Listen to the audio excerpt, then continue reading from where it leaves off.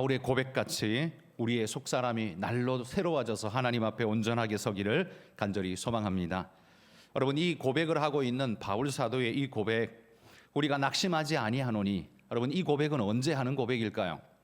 낙심이 될 때 이런 말을 할까요? 낙심이 전혀 없을 때 이런 고백을 할까요? 저는 그가 낙심이 그의 사역의 현장 속에서 늘 일어나기 때문에, 그의 마음속에 일어나는 낙심이 늘 자기를 어렵게 하기 때문에 그는 이렇게 결단하면서 말을 하고 있는 거라고 생각합니다. 그러므로 이유가 있는 거죠. 그러므로 우리가 낙심하지 아니하겠다라는 결단을 내리고 있는 겁니다. 그러나 그의 삶의 환경은 낙심될 만한 상황이라는 거죠. 어떤 상황일까요? 우리 8절에서 11절 한번 보십시오. 성경책을 넘겨서 8절부터 11절에 보면 그가 이렇게 말합니다. 우리가 사방으로 우겨쌈을 당하여도 쌓이지 아니하며, 답답한 일을 당하여도 낙심하지 아니하며, 박해를 받아도 버림받지 아니하며, 거꾸러뜨림을 당하여도 망하지 아니한다라고 이야기합니다. 여기 우겨쌈, 답답한 일, 박해와 거꾸러뜨림, 이 모든 일들이 그가 경험해 보지 못한 어떤 일들일까요? 아니죠. 그가 늘 경험하고 있고 늘 자기를 둘러덮고 있는 어려움이기 때문에 이렇게 나열하면서 분명하게 이야기할 수 있는 겁니다. 이게 자기한테 없는 이야기가 아니라 자기를 늘 둘러싸고 있는 어려움이라 할지라도, 그럴지라도 16절 오늘 본문으로 넘어가서 우리가 낙심하지 아니하겠다라고 말하는 겁니다. 바울의 삶의 현실은요, 우겨싸이고 답답하고 박해받고 거꾸러뜨림을 당하고 죽음에 던져지는 그런 일들이 그의 삶의 연속입니다. 여러분, 사도 바울은 돈 버는 게 어려워서 힘들어 죽겠다라고 말하고 있지 않습니다. 사도 바울의 관심사는 돈 버는 것에 있지 않기 때문에 그것이 힘들다, 어렵다, 쉽다, 즐겁다 표현이 전혀 없습니다. 오히려 사도 바울이 지금 어려워하고 있는 건 뭡니까? 말씀대로 그 사역을 따라 하나님 뜻대로 살아가는 그 과정에 이런 일들이 우리를 어렵게 하니 참으로 어렵도다라는 고백을 하는 겁니다. 싫다는 말이 아닙니다. 어려운 일이 자기 앞에 자꾸만 놓인다라는 걸 이야기하는 겁니다. 여러분, 그리스도인이 세상을 사는데 뭐가 어려울까요? 어려움이 많지만 우리가 세상 사람들처럼 돈 버는 것도 쉬운 일이 아니고 살아가는 것도 쉬운 일이 아닙니다. 그런데 우리는 사실 그것에 대해서 우리의 목을 내놓고 우리의 주 관심사로 삼고 있지 않습니다. 오히려 하나님 앞에 기도할 때마다 하나님 말씀대로 살지 못하는 우리의 허물과 연약함 때문에 하나님 앞에 나와서 우리가 눈물로 기도하지 않습니까? 오늘 내가 돈 조금 못 번 것 때문에 눈물을 펑펑 쏟고 있는 게 아니라, 하나님, 내 마음속에 하나님께서 이렇게 말씀하셨는데 내가 오늘도 욕심에 끌려가지고 이 말씀을 외면하고 주님의 음성에 고개를 돌려버리고 무시하고 내 욕심에 끌려가서 결국 이렇게 되고 말았군요. 이런 것 때문에 우리가 아파하지 않습니까? 그리스도인은요, 힘들어하는 포커스가, 종목이 다른 겁니다. 세상 사람들은 돈 버는 게 힘들고 덜 벌어서 못 벌어서 힘들고 어째서 힘들고 열받아서 힘들고 뭐 그럴 수 있지만, 오늘 그리스도인의 힘든 건 다른 종목인 거예요. 사도 바울도 힘들어하는 요소들이 있지만, 그런데 그런 것 때문에 그가 고백하고 있는 게 아니라 말씀대로 살아가는 이 일이 쉽지 않고 이 복음의 사역을 끝까지 마무리하고자 하는 이 길이 쉽지 않다라고 말합니다. 여러분, 우리가 창세기에 나오는 야곱의 이야기를 한번 생각해 보십시오. 야곱은 그의 일생 동안 끝없는 몸부림의 사람이었지 않습니까? 끝없이 몸부림하면서 무언가를 얻어내려고 끊임없이 달려가는 사람이었습니다. 야곱이 끊임없이 달려가며 얻으려고 했던 건 뭐가 있을까요? 한마디로 말해 그가 원하는 건 돈 버는 거였습니다. 축복이었고 돈 버는 거였습니다. 야곱은요, 말씀대로 사는 것 때문에 몸부림한 적 없습니다. 여러분, 그런 기억이 있습니까? 야곱이 말씀대로 살려고 몸부림하고 힘겨워하고 어려워했다, 그런 거 본 적 있습니까? 야곱의 인생 속에 그런 내용은 없습니다.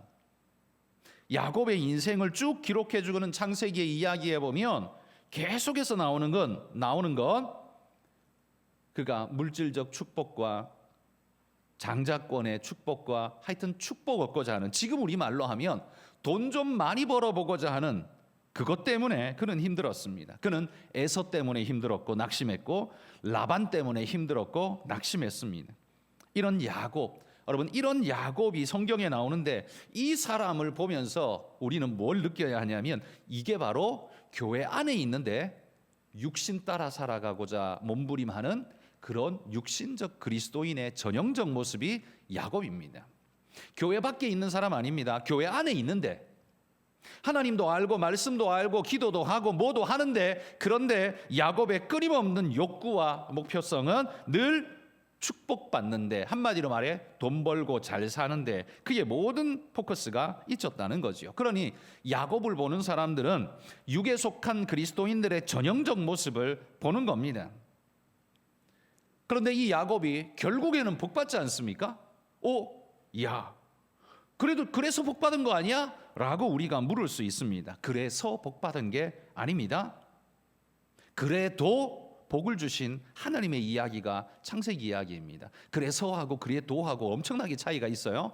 그래서는 그게 이유가 되기 때문에 그렇게 됐다는 소리고, 그래도는 그 앞에 게 이유가 안 되지만 그럼에도 불구하고 하나님이 주셨다는 이야기예요.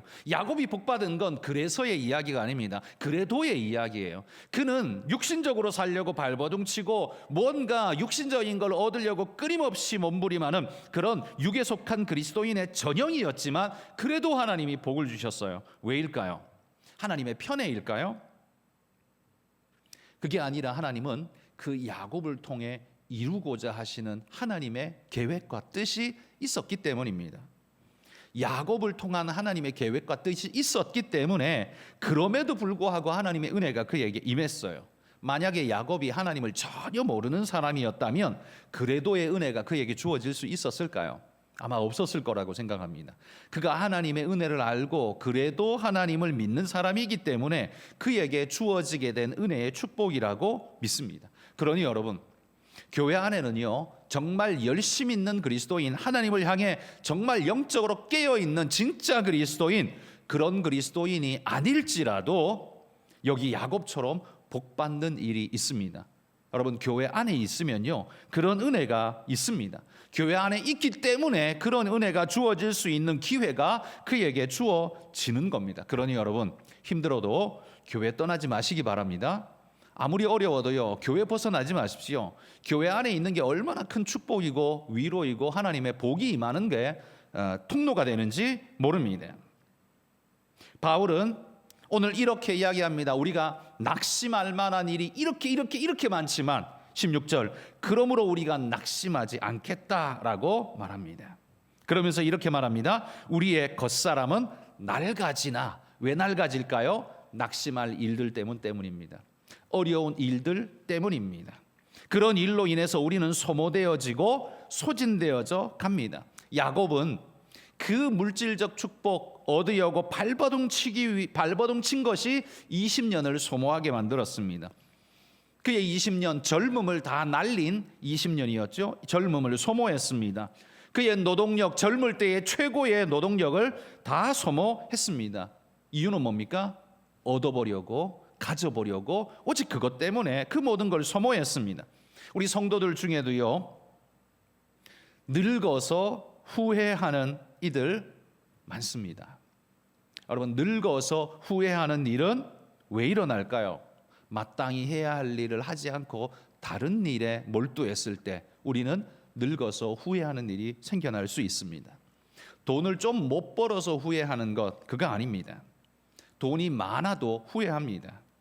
제가 지난번에도 한번 말씀드렸지만 예전에 제가 섬겼던 교회의 노 권사님께서 제 앞에 눈물을 흘리시며 하셨던 말씀, 우리 자식이 젊을 때에, 잘 나갈 때에 내가 돈 벌라고 지금 할 거 잘 하라고 멋지게 인생 펼쳐나가라고 그렇게 하나님 앞으로 인도한 게 아니라 세상으로 은근히 떠밀어 놓아가지고 지금도 60이 된 지금도 하나님 앞에 나오지 않는다고.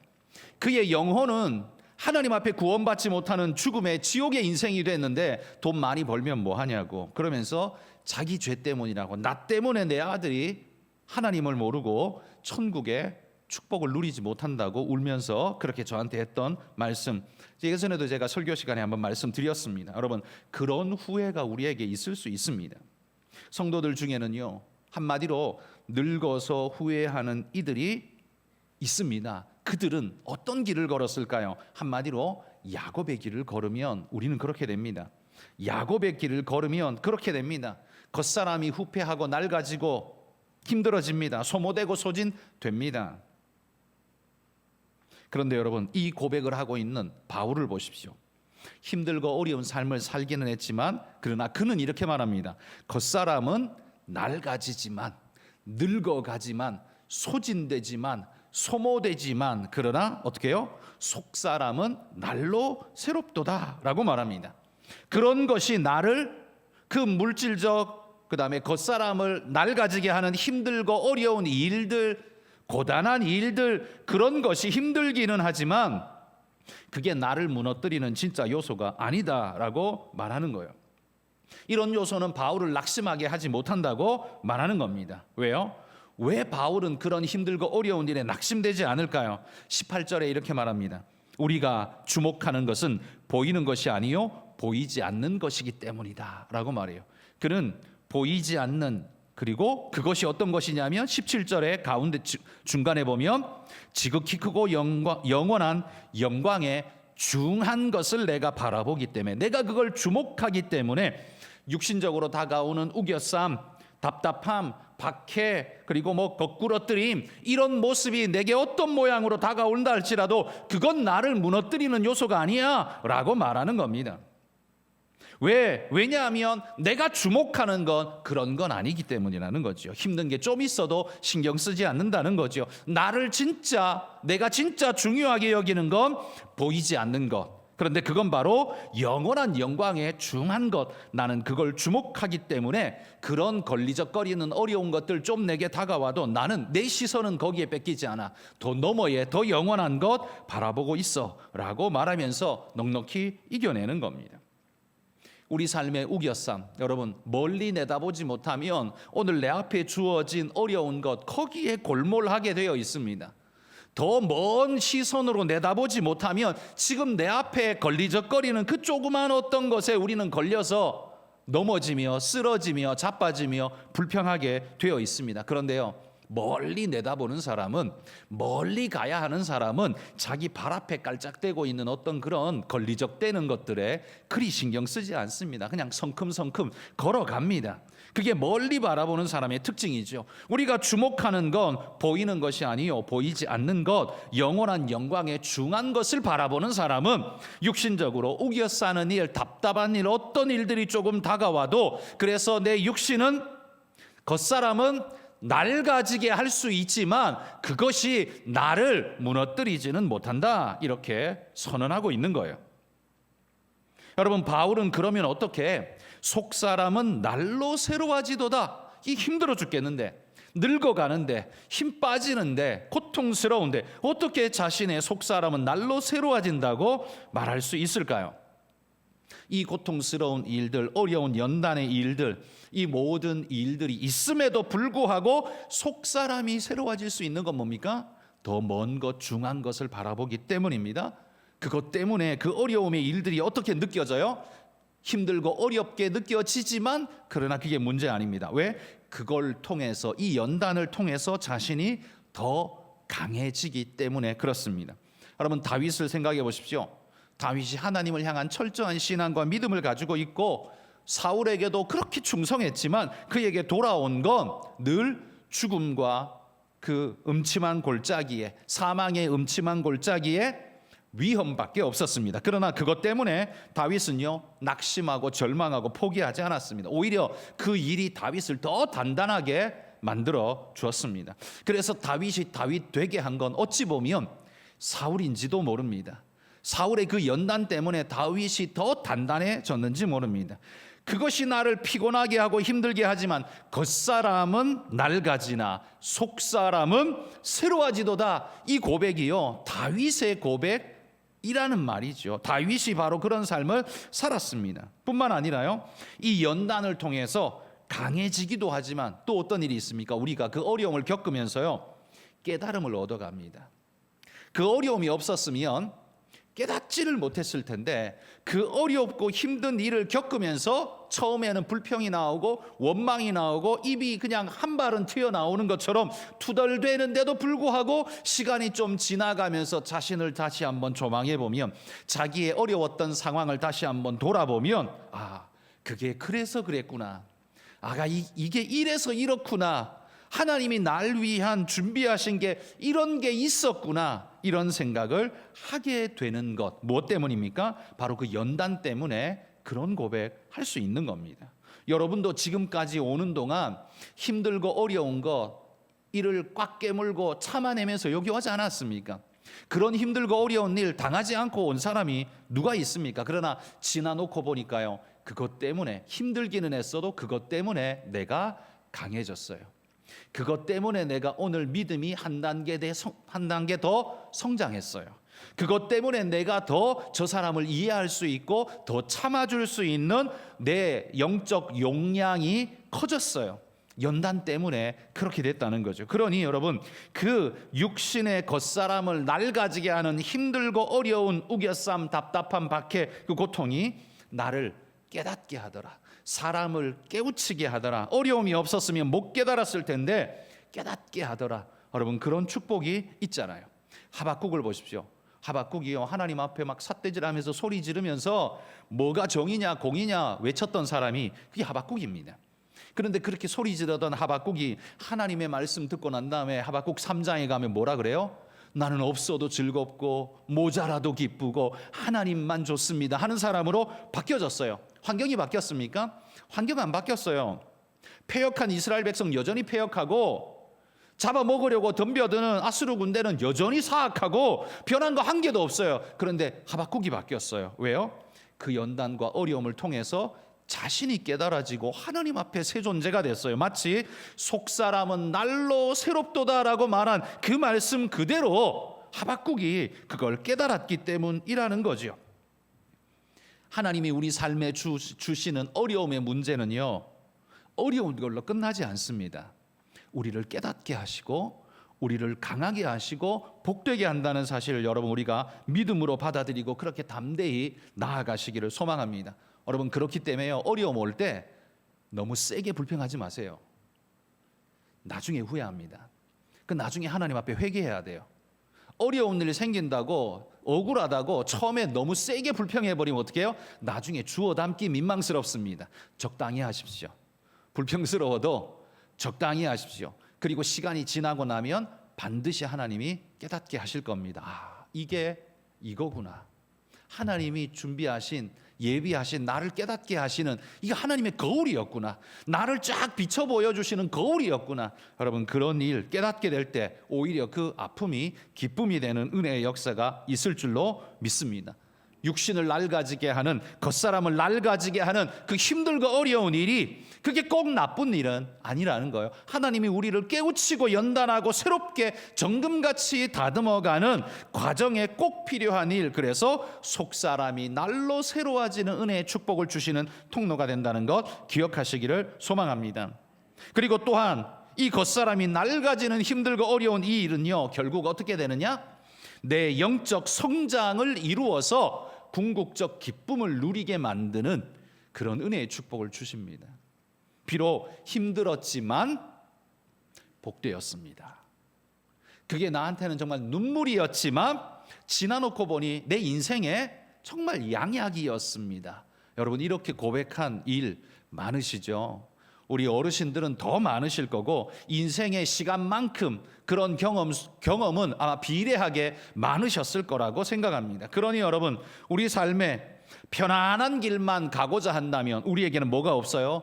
강해지지 못할 겁니다. 또 깨달음이 없을 겁니다. 또 영적 기쁨을 느끼지 못할 겁니다. 그러니요, 여러분, 이건 거의 비계살 존재밖에 안 되는 겁니다. 그런데 연단을 겪으면 어떻게 해요? 단단한 근육이 생기는 근육맨으로 바뀌는 은혜의 축복이 있습니다. 영적 근육맨들이 되시기를 소망합니다. 여러분, 여기 바울이 오늘 고백합니다. 우리가 낙심할 만한 일들에 휩싸여 있지만 내가 고단하고 내 육신의 삶이 힘들고 저 사람들이 나를 괴롭게 하고 일은 끝도 없고 전도서에 말하는 것처럼 그래서 헛되다라고 말할 수밖에 없는 것 같은 상황이 있지만 그리스도인은 어떻게 해요? 그걸 그렇게 받지 않는다는 거예요. 내 겉사람은 낡아지게 할 수 있어도 오히려 그 일 때문에 내 속사람은 날로 새로워지는도다 라는 기쁨을 누릴 수 있는 것, 이거 그리스도인의 축복이라는 거예요. 하나님을 아는 자만의 축복인 겁니다. 여러분, 세상 사람들 중에 누가 우리처럼 이렇게 생각하고 이런 믿음을 가지고 이런 고백을 하는 사람 만나본 적이 있습니까? 어쩌다가 생긴 일, 우연찮게 생긴 일, 기분 나쁜 일, 뭐 어쩐 일, 여러분 그걸 이런 식으로 받아들이면서 믿음의 새로움으로 자기를 새롭게 만드는 사람 본 적이 있습니까? 여러분, 그리스도인의 축복입니다. 아까 앞에서 제가 말한 것처럼 교회 안에 있기 때문에 누릴 수 있는 축복입니다. 여러분이 교회 안에 있기 때문에 얻을 수 있는 축복입니다. 여러분, 이런 은혜 아래서 이 축복과 은혜가 충만한 그런 여러분들이 되시기를 주의 이름으로 축복합니다. 우리가 낙심하지 않아야 할 이유가 뭡니까?